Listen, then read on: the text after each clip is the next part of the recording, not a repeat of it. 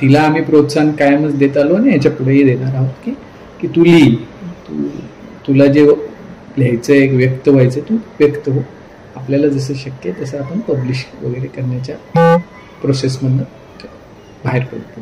मला पुस्तक खूप वर्षांपासून लिहायचं होतं. आय थिंक मी पहिलीत होते तेव्हा पुस्तक लिहायचं ठरवलं.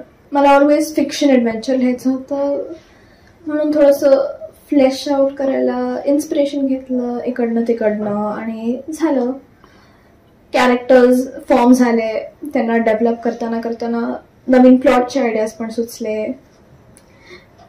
मग सुरू केलं लिहायला, परत लिहिलं आणि झालं.